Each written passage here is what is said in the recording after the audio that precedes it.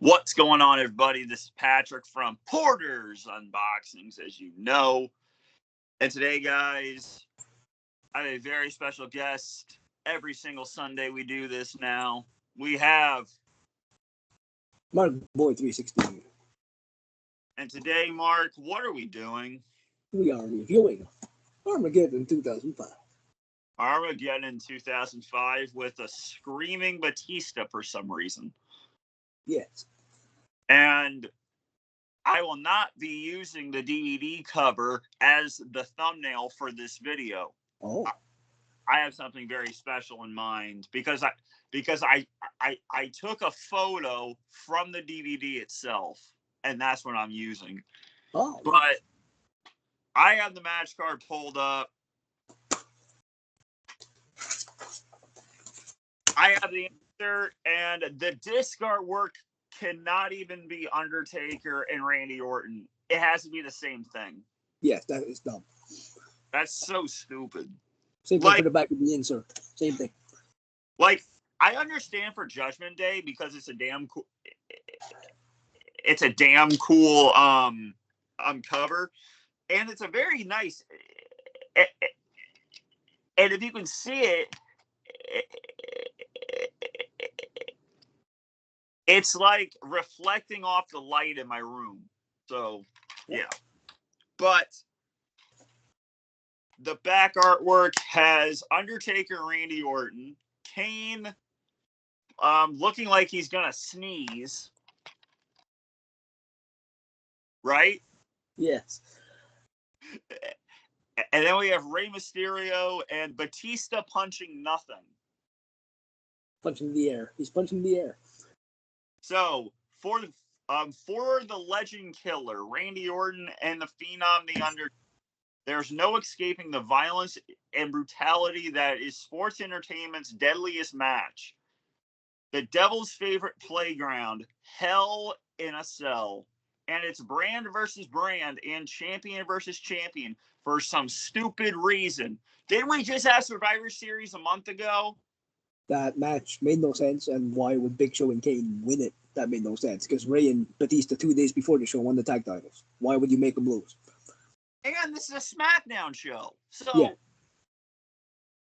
When Batista and Rey Mysterio clash with Kane and not bald Big Show, hairy Big Show. So, we have one match, a house show match, that's not on here. Funaki versus Jamie Noble. In a 3-minute and 30-second match on a dark match. Oh, it's on the Heat, actually. And it's not on here at all. No. And then we have JBL versus Matt Hardy, the longest reigning WWE champion from last year. And guys, when I say last year, I'm talking about 2004, not 2023, because he's nowhere to be found now. But, so JBL comes out of nowhere. He gets into the ring, and Matt Hardy has a shirt on, I don't die. I cannot die. Now, as you all know, Bray Wyatt just passed away, and I see every single sighting. Every single one of his promos talks about death in them. Mark, I swear to God, if you go on YouTube right now, 2015 or 2013 to 2023, every single one of his promos, not involving, probably involving every superstar, talks about the devil and death and heaven and hell, because that was his character. But now we're talking about Matt Hardy losing his job, losing his girlfriend. Yo, Matt, and this is JBL talking. I'm not talking because I love Matt Hardy. You have a shirt that says, I don't die. Why don't you have a shirt that says, I will die? How many death things are there in wrestling? Oh, yeah, quite a bit. and then like I think Matt Hardy had a neck injury during this match because Matt Hardy does like a clothesline and he flips himself out of the ring. And I know that we're not supposed to be, but he's hanging himself. Yeah. Like, and then JBL is kicking his head in. I'm just like Bryan Danielson does amazingly well. I'm gonna kick his fucking head in. In 2005, they did that. He's kicking him in his head 5 times. This match was good. Yeah, it was a hard-hitting match, and that clothesline from hell, holy crap. And the thing is that, oh yeah, deal with Matt Hardy. I'm just gonna take this ring apron off. Okay, come back in. And then they just like whacks him in there, goes off, and then he just clotheslines the hell out of him. Well, duh! And JBL wins again because he had one on the 2005 No Mercy that we reviewed. He beat Rey Mysterio. Here he beats Matt Hardy. So he was on a roll. Wow. 2-0. Yeah. Imagine how many matches he won as WWE champion, for goodness sake. And then he lost after that. After he lost the title, he lost every match.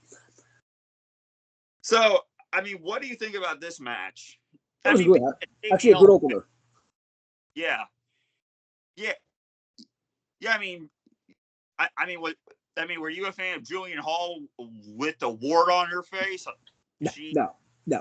She had no talent. She couldn't sing worth crap when she tried singing, and she wasn't that great of a wrestler.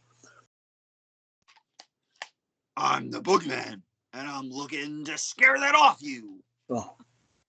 God damn. But this match was awesome. Yeah, it was very good for a very good first pay-per-view. I think we reviewed that the opening match was actually good. Yeah, because it didn't have Rikishi in it. Oh.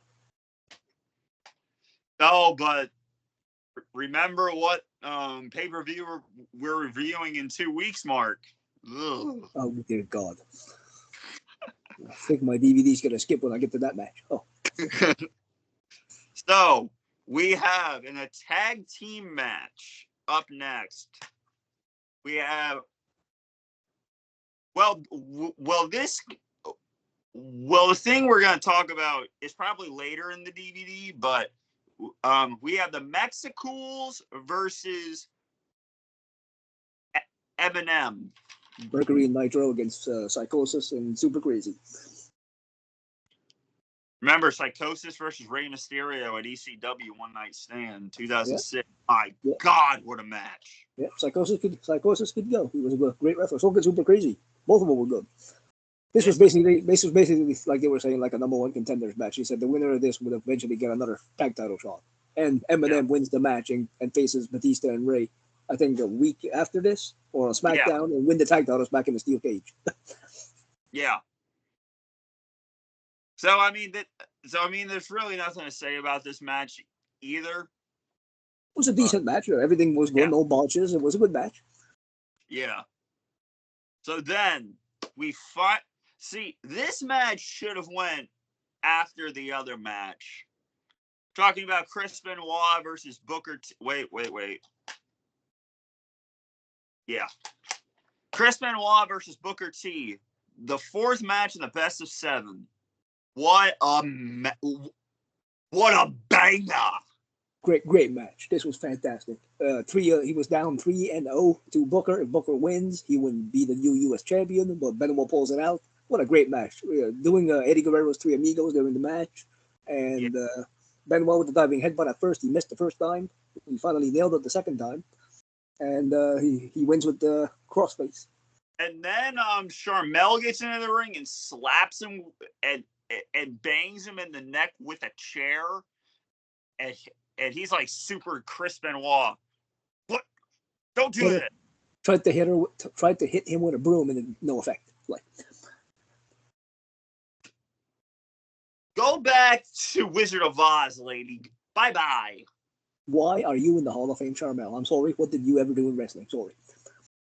She took a broom to Chris Benoit's head. So Hmm. yeah. But gosh, this one great match. This was great.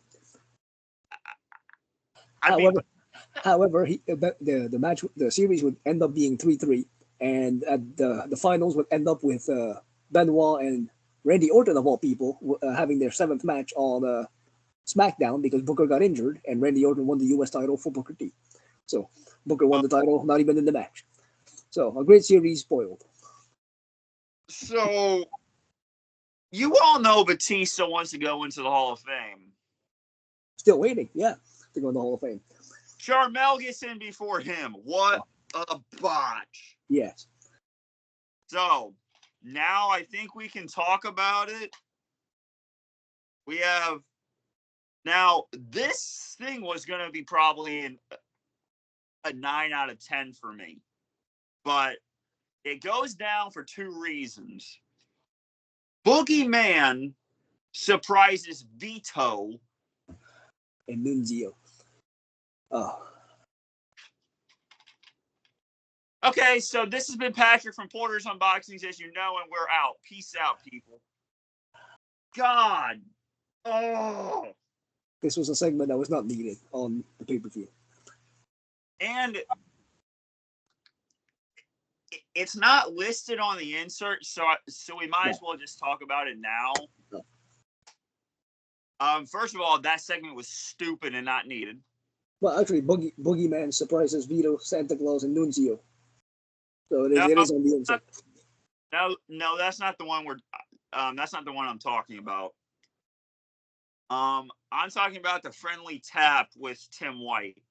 Oh God, yes. Oh my God, he legitimately owned this bar in Rhode Island. That was a legit place that he owned. Guys, we all know that suicide is never the answer. Don't attempt it. Don't commit it. No. But for real, do we really need a fucking segment every single week? And now I used to watch 2005. Like I watched 2000. Like I'm on 2001 right now, but I've completed 2002 to 2024 on Peacock. I've never seen something so stupid. Yes, that was ridiculous and not needed here either. They had a storyline of Tim White, career over. I think it was like Jericho and Triple H inside the Hell in a Cell. That was legitimately his last match in the company because he did legitimately get hurt in the match. And then every single week on SmackDown, oh yeah, I'm gonna take this gun and kill myself. But they didn't have to go that far with it.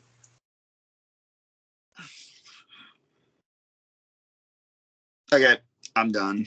Okay, so moving on. We have a bunch of great segments with the Undertaker Last Ride stuff. Yeah. I don't know why they didn't save this for the main event, because they're showing the story halfway through the pay-per-view. Like, oh my gosh, Randy Orton defeated Undertaker at SummerSlam. Like, we are 1, 2, 3 matches from the main event, and you can't wait for it. That was an odd placement of that. They should have, like you said, that'll be right before the main event. Yeah, that. I mean, we're not going to talk about the main event right now, but the main event, like they showed the graphic of it, and then they just went into Burning in the Light, and I'm like, where the hell is the opening? Where the hell is the opening package? Where's the video package? Yeah. Oh yeah, it's 3 matches before it. That made no sense. No. So I mean, what are your thoughts on that placement? Yeah, just like an odd placement. They could have saved that. Like even the semi-main event, like before Rey Mysterio and Batista against Kane and Big Show. And Maybe that's show it in between that match and the Hell in the Cell, or show it right up to the entrances of the Hell in the Cell. Like, yeah, and that's what's weird about this whole show. The Big Show and Kane package against Rey Mysterio and Batista. That match is number 7. They showed the opening pyro and no, I'm sorry. They showed their video package before the Chris Benoit match. yeah, so whoever was in the production truck that night, probably Kevin Dunn, didn't know what the hell he was doing. Drinking and smoking, that's it. But so then we get to finally another match. Oh God. Bobby Lashley versus William Regal and Paul Burchill. Who? Yes, Bobby Lashley was undefeated at this time, but you could have had him have at least a competitive match against somebody, but not Burchill and Regal. Come on. We go from Simon Dean eating cheeseburgers to this a month later. I would have much preferred to see Bobby Lashley against Regal one-on-one than the handicap match. Come on. At least Regal can go and Regal can wrestle. And here's the thing. Wasn't ECW a thing with Vince McMahon at this time? No, that started in 2006. No, it didn't. The reboot of ECW started in 2006. Yeah, but that was just one match only things. Yeah. Okay, so it was the 2 one-night stands. Yeah. So this match meant crap. No. So we're not. Dude, all of these matches except Chris Benoit sucked. The first 2 were good. The opening match, Hardy and JBL. The Mexicans, some of them, nothing bad with it. Benoit, Booker, fantastic. Bobby Lashley went downhill. So. Yes. Then we have Kid Cash versus Juventud. Just say his name. But yeah, this match went good. I was surprised that Kid Cash won.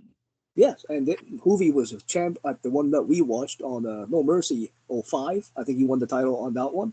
And he was only champ for like 2 months. Come on. Yeah. And then Kid Cash beats him with a devastating brainbuster. Oh my God, killed him. Yeah. This was a pretty good match. I think it was, 9 minutes? Yeah. So how much you get? Yeah. I've seen a lot of brainbusters in my day from watching now and then watching back then, but this was the most brutalest one I've seen. The only title match on the entire show, and it was the Cruiserweight title. If it hadn't been for that match, there would have been no title matches on this show. Wow, that is rare. Where's the IC title? Oh, well, no, it's not. I mean, no, it's not. I mean, it's both Raw and SmackDown if you think about it. Yeah. Like, you couldn't... wait.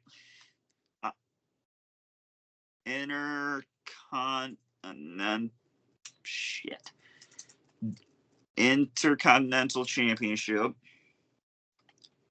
Let's see who was champion in 2005 real quick. December of 05.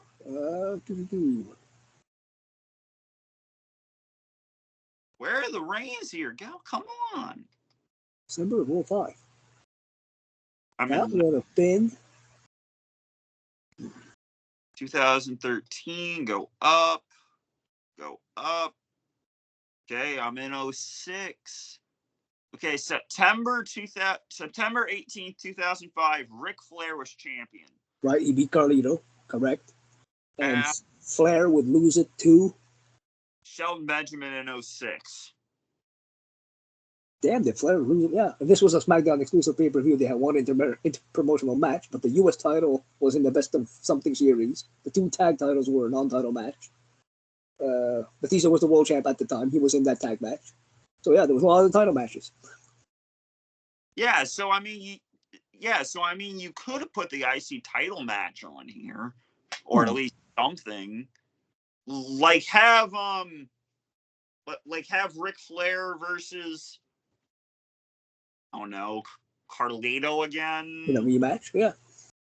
Ric Flair versus Shelton Benjamin. It was just odd when I saw the card, only one title match, and it was the Cruiserweight title. Like, holy crap. Yeah.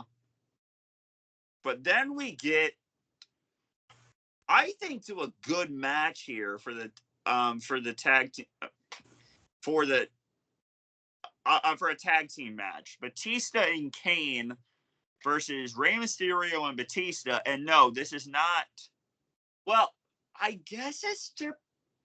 At least they had some build to it. Like, they showed what happened on SmackDown. They put him through the announce tables and stuff, and at least they had build to it. So I understand that part of it. I think it's to promote See No Evil, but I'm not sure.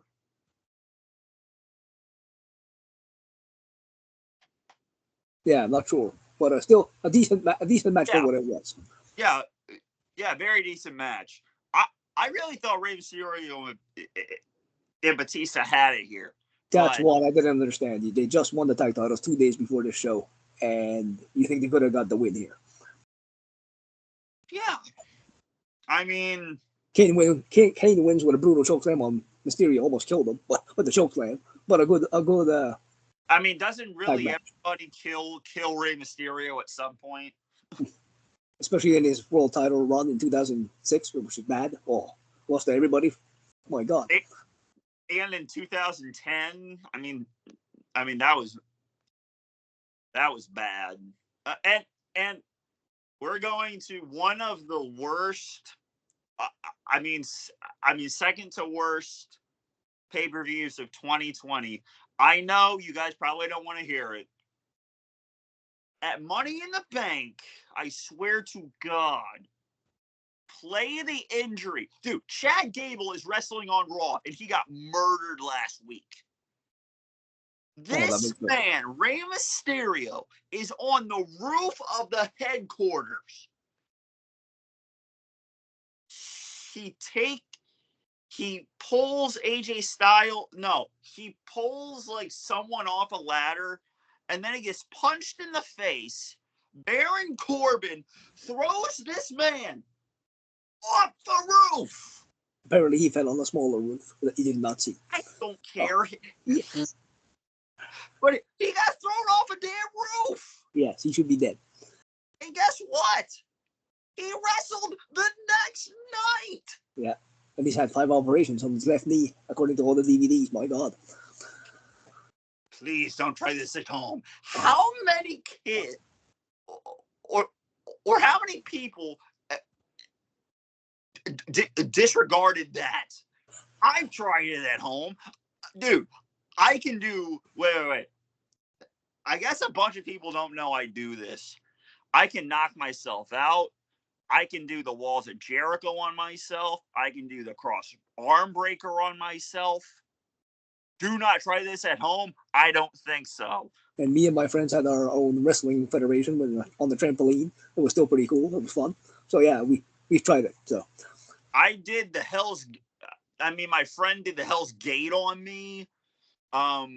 We both practiced the STF. I mean, come on. I mean, we use like steel chairs, but we use pillows. I mean, but Rey Mysterio gets thrown off a roof. And I don't care what anybody says. Oh yeah, he fell on a smaller roof. But this man got thrown off a roof. And he wrestled the next night. I can see too why they had Batista and Rey win the tag titles 2 days before the show, because Eminem against Big Show and Kane would have made no sense, and it was 2 heel teams. So I had a feeling they would have to switch the titles to have this match. So, and just imagine how stupid that match would have been. Yes, at least they got Eminem to win the match against the Mexicools. At least they didn't make them look stupid after they lost the tag titles. So at least they won their match. So the correct winners were there, but this one should have been Batista and Rey that won it. So Batista does a spine buster that's so devastating he breaks his own ribs. He can't even roll over to pin him. He has to take 5 minutes to do. You know how in 2K24 or in 2K The referee spins around 4 times before counting the pin. Does he think he's Triple H at WrestleMania 19 trying to cover Booker T 30 minutes later? Like, come on. It's like, I watched that, and the only thing I can picture is the referees in 2K24. Okay, so are you pinning now? Am I supposed to count this? I don't know.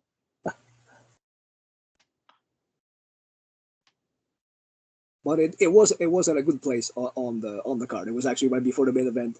Perfect place for it to be. Yeah. So then Rey Mysterio does a 619, thinking Kane would go down. No, he gets choke slammed to hell. And then Big Show is outside the ring, and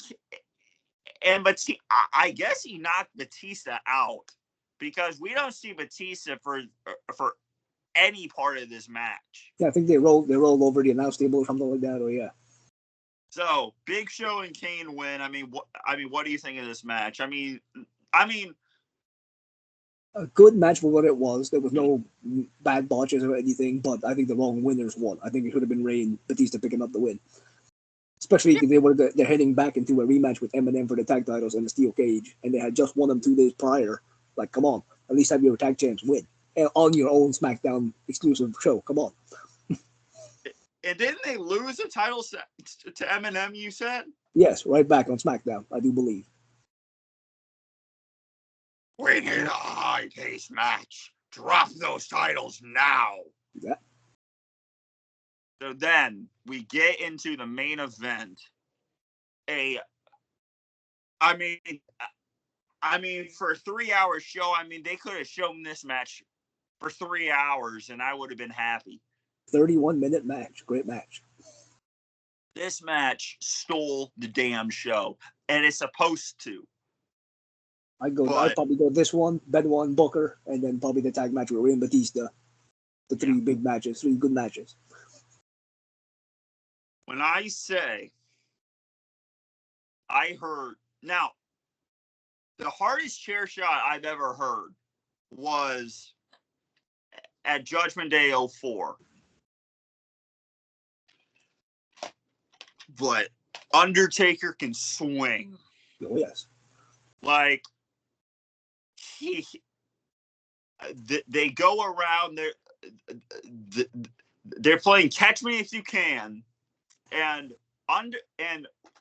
Undertaker, like, takes Orton by his underwear, swings him into the into the cell, walks around him, grabs a chair like this, and then just whacks him in the face once, and then he says, where do you think you're going, pal? Pushes him over, and I swear to God, batter up. How hard did he? And the thing is, I do this like at referees. Like, if you saw my I think it was like 2K19 botch, the referee's like this. Oh. The Undertaker hits Randy Orton so damn hard. I can see why they eventually stopped chair shots to the head too, CTE and all that, and holy crap. And always amazes me that you can hit somebody with the steel steps right in the face, in the head, but you can't use a chair to the head. Like, But yeah, I mean, guys, I know we're not talking like directly about the pay-per-view.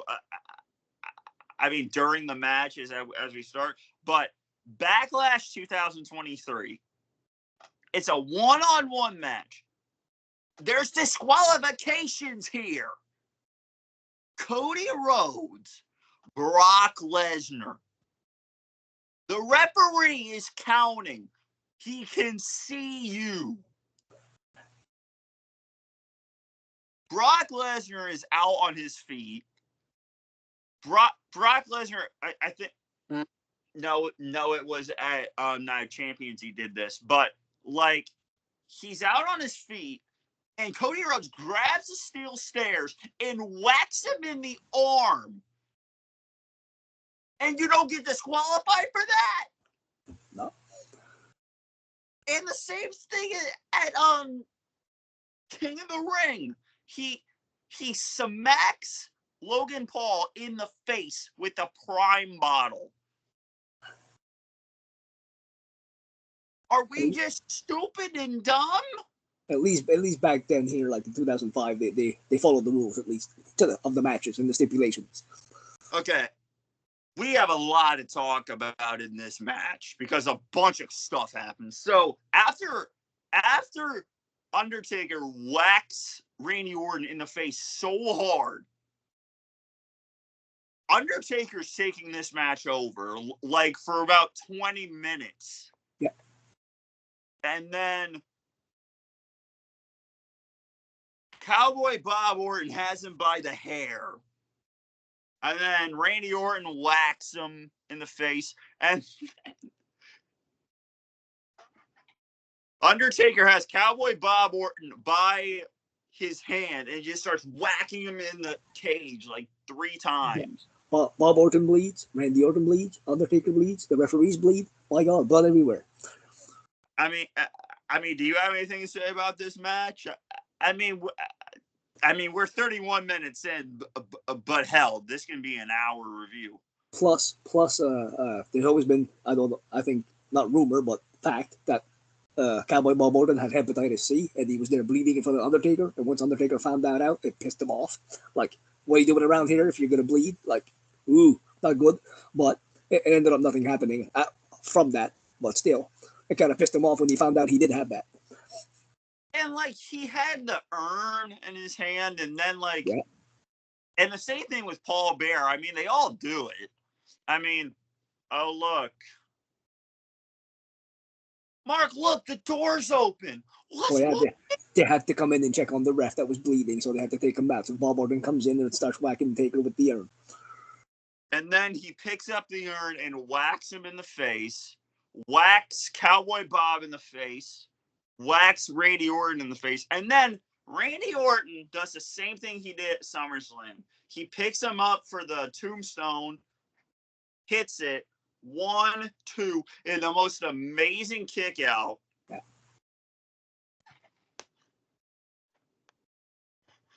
And then just starts whacking him again. And one of the greatest sales by Randy Orton when Taker tombstones him. My God, Orton bounces off the mat. Holy crap. And Undertaker wins in 1, 2, 3. This is a great match if you guys have never seen it. An underrated Hell in a Cell match that's rarely talked about, actually. Nobody ever talks about this one too much. Now, let's talk about the weapons they use, because we don't see thumbtacks in this match like we did in Backlash. No. We have, and I guess kendo sticks weren't like, I knew they were a thing, but I don't think they were a thing back in like on WWE, let's say. It's not much. You didn't see it much at this time, though. It was more like the steel chairs. The urn obviously was used as a weapon in this match. We had the steel chain. Chain, right? And it's like, what are we doing here? Amazing stuff.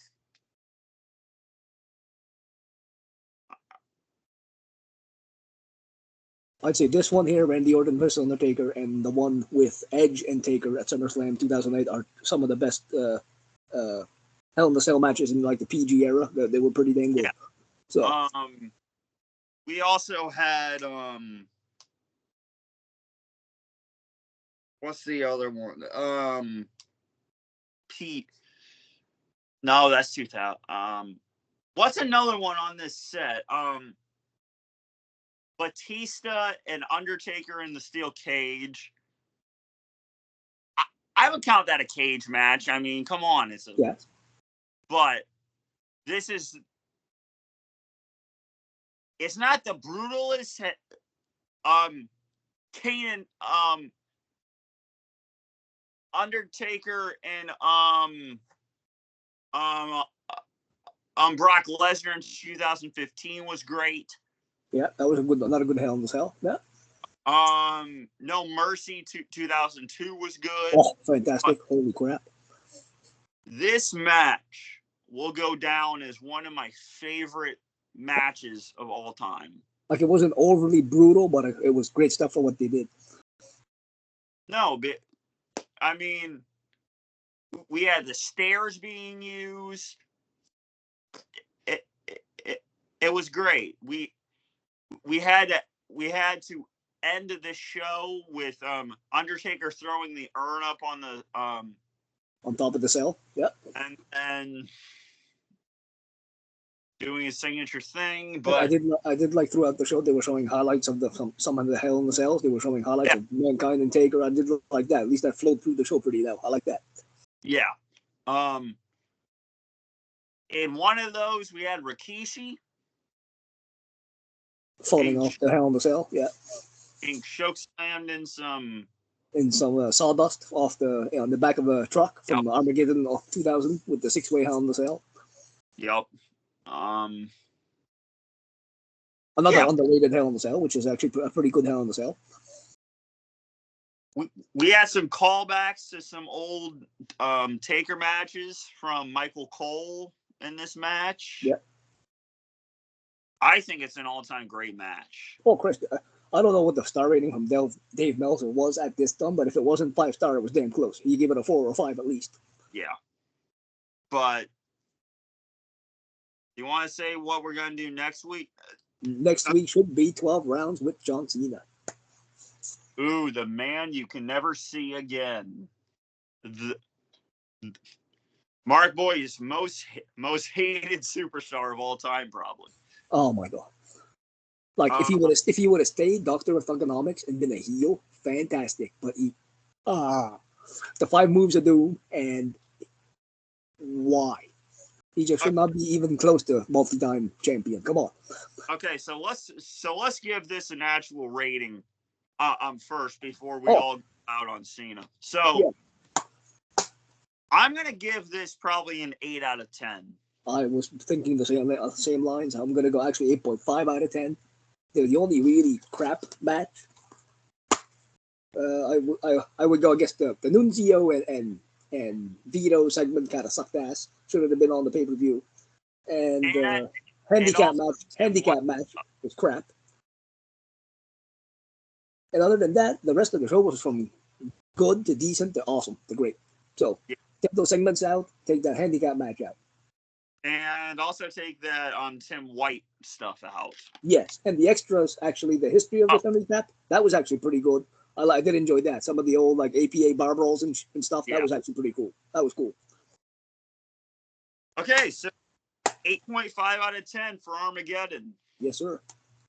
So now we're going to talk about the most hated superstar of all time for Markboy's sake. I mean, did you watch the Bray Wyatt versus Cena match from WrestleMania? I thought that was good. Yes. Oh yeah. I'm saying that. Not saying that he never had good matches, like Punk and him from Money in the Bank 2011, him and Bray from WrestleMania, him and who else did he have good match? Him and Shawn Michaels from that 1 hour match they had on Raw from England. Great match. WrestleMania 23. Great stuff. Randy Orton from Bragging Rights and Breaking Point.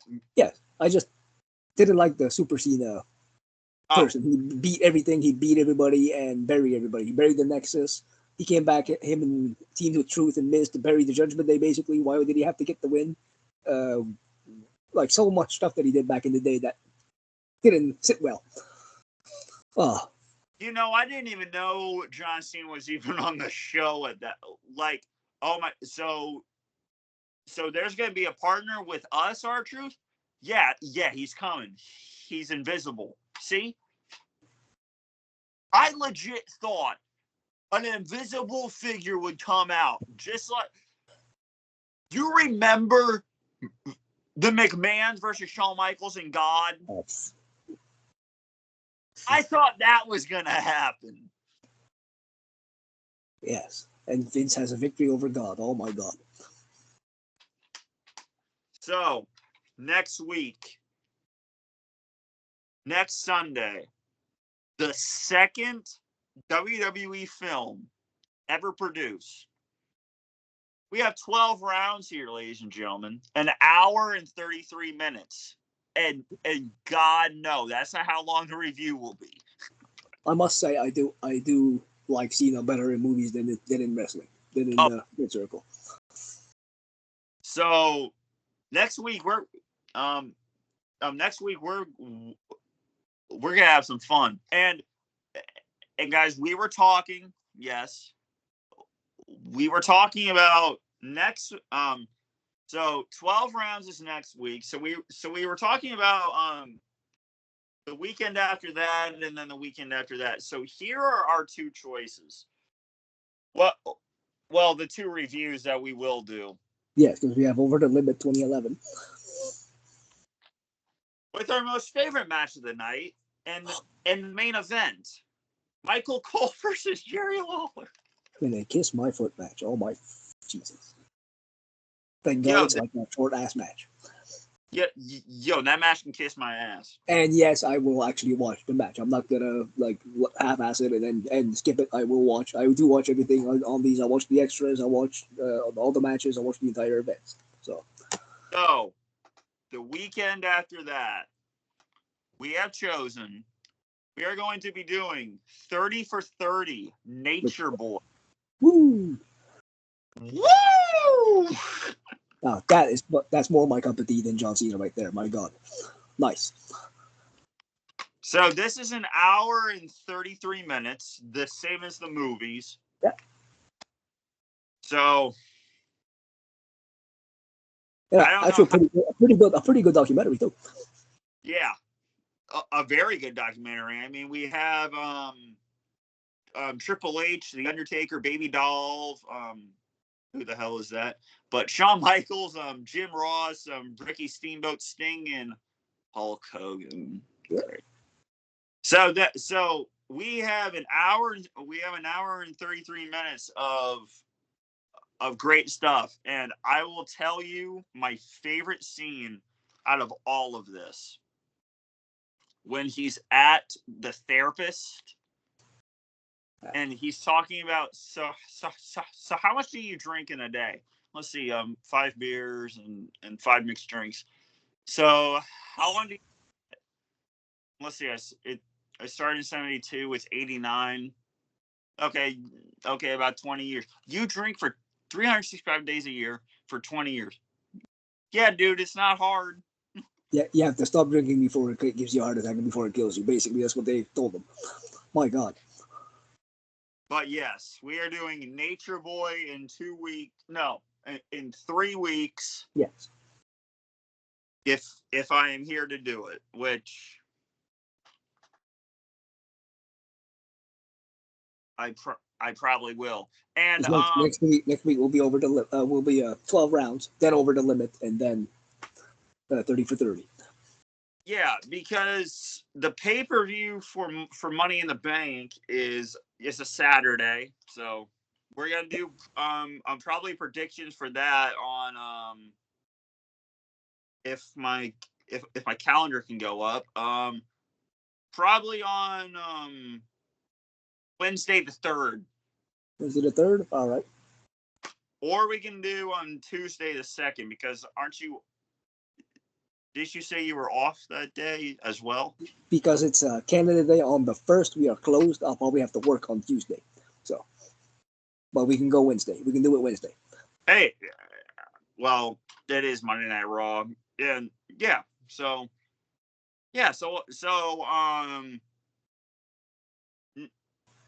next Wednesday is Money in the Bank predictions.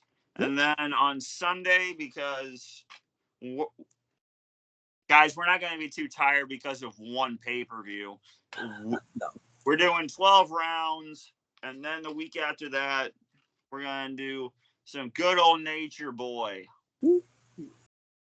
So, guys, this has been Patrick from Porter's Unboxings, as you know, reviewing Armageddon 2005 with the main man, Markboy316. And go sub to his channel because he has...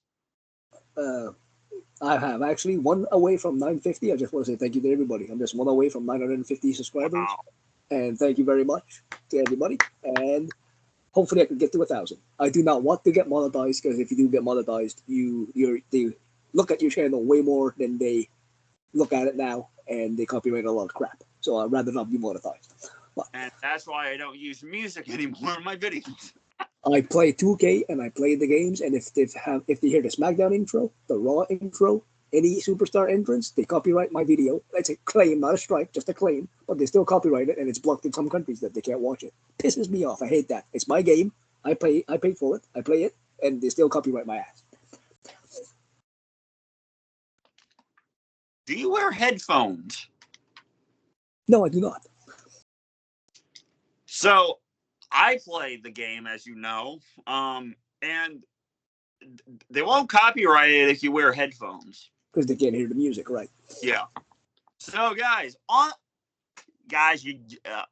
you're probably clicked off the video by now. I have no idea, but on the 26th, everybody, 2K24, Post Malone gets dropped. God.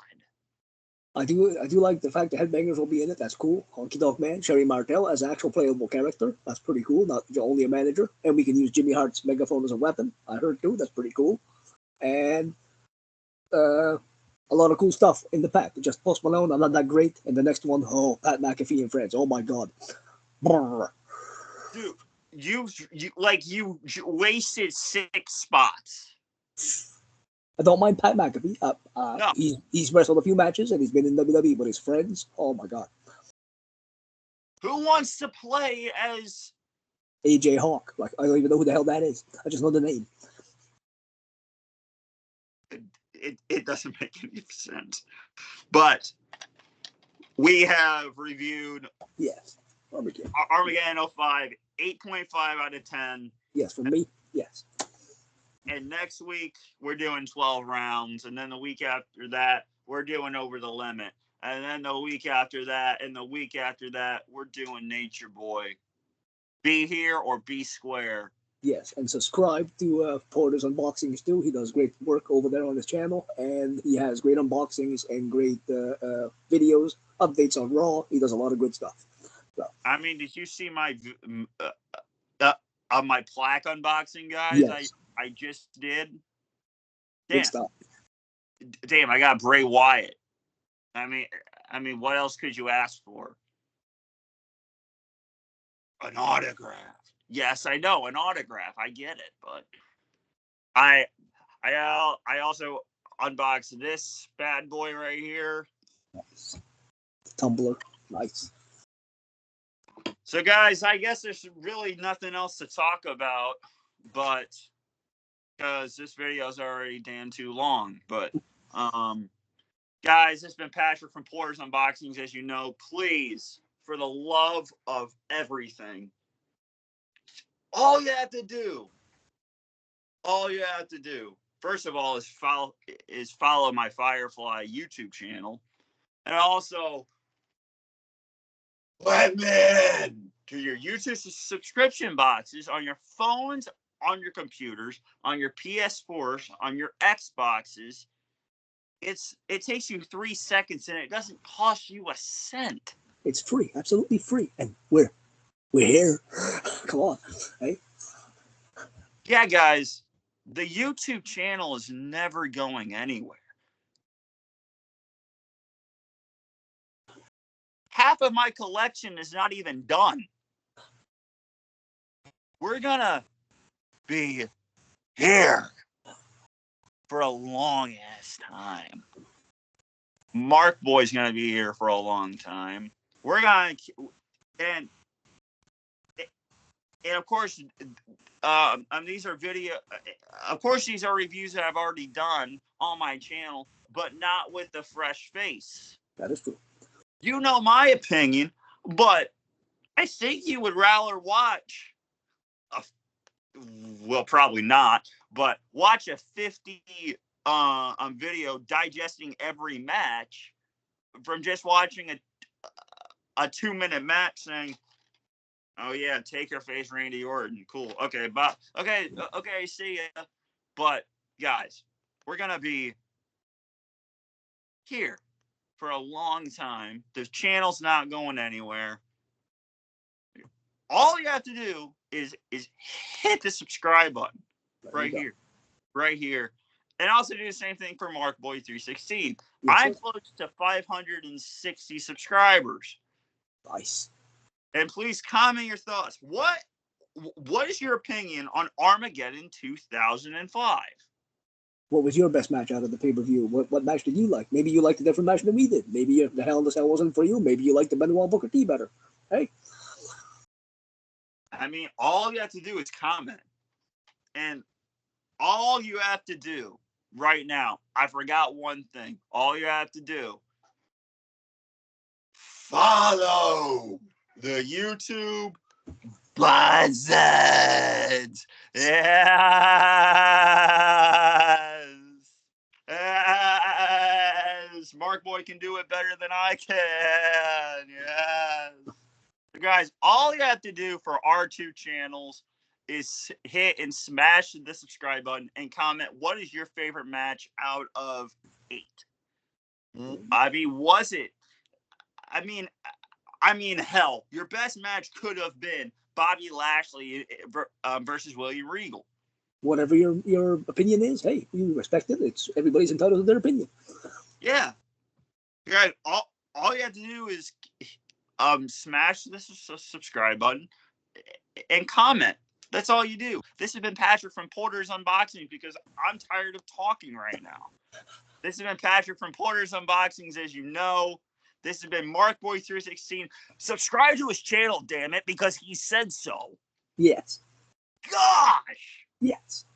But guys, this has been Patrick from Porter's Unboxings, as you know. This has been Markboy316, and we're out. Peace. Peace.